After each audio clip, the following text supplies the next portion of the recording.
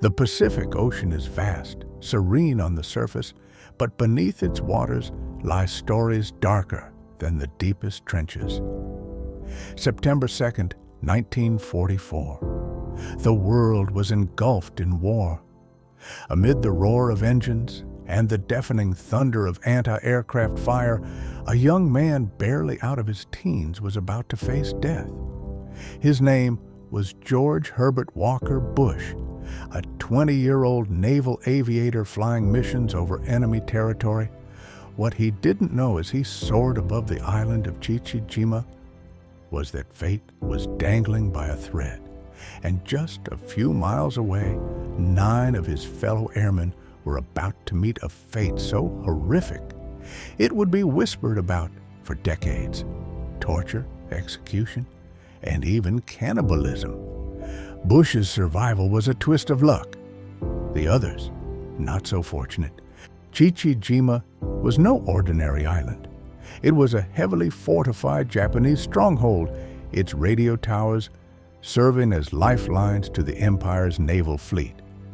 The Allies knew this island had to be silenced, and on that September morning, a formation of Grumman Avenger torpedo bombers took off from the aircraft carrier USS San Jacinto. Leading one of those planes was George H.W. Bush, the youngest naval aviator in the U.S. Navy. At just 20, he bore responsibilities most men twice his age never faced. His orders: destroy the enemy's communications and cripple their defenses. The stakes were immense. Failure wasn't an option. Bush and his crew, William G. White and John Delaney, checked their gear, tightened their harnesses, and prepared to fly into hell. The sky over Chichijima erupted in chaos as Bush's squadron approached. Japanese anti-aircraft batteries were waiting, spewing fire into the clouds. Bush's aircraft took a direct hit. Flames licked across the fuselage. Smoke filled the cockpit, the smell of burning oil and metal overwhelming. Despite severe damage, Bush managed to drop his payload, scoring a hit on the enemy installation. But the damage was fatal. The Avenger lost power, plunging toward the sea.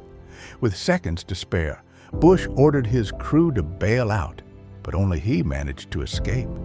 His parachute blossomed against the blue sky as his plane disappeared below.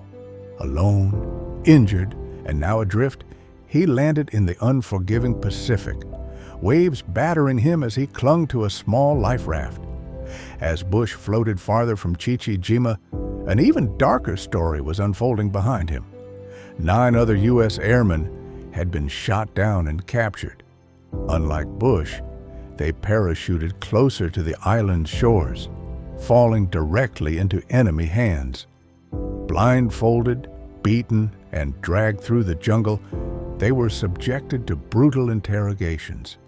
But the cruelty didn't end there. For these men, there would be no prisoner of war camp, no rescue, and no mercy. War is merciless, but what happened on Chichijima shocked even hardened soldiers. The captured airmen were tortured for information. Then came the unthinkable. Executions were carried out by beheading and stabbing. The bodies of some of these men were not buried, but mutilated. Officers on the island, driven by twisted ideas of power and ritual, cannibalized portions of their victims. The brutality was systematic and deliberate, later described in war crimes trials as among the most grotesque acts committed by Japanese forces. 4 of the captured Americans were known to have been consumed. This was no fog of war rumor. Evidence and testimony confirmed the horror. Meanwhile, Bush was battling exhaustion, dehydration, and fear. Alone on a rubber raft, salt water stinging his wounds, he paddled desperately away from Chichijima. Hours passed. Sharks circled beneath him. Japanese patrol boats scanned the waters. Just when hope seemed to fade, the silhouette of salvation appeared. the USS Finback, a submarine on lifeguard duty. Surfacing under enemy threat, its crew spotted the young pilot.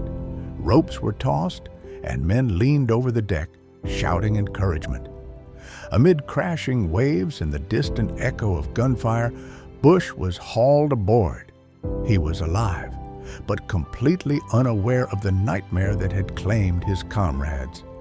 When the war ended, the truth of Chichi-jima came to light. Investigators unearthed shocking details of the atrocities committed by Japanese officers. Major Sueo Matoba, General Yoshio Tachibana, and several others were tried for war crimes.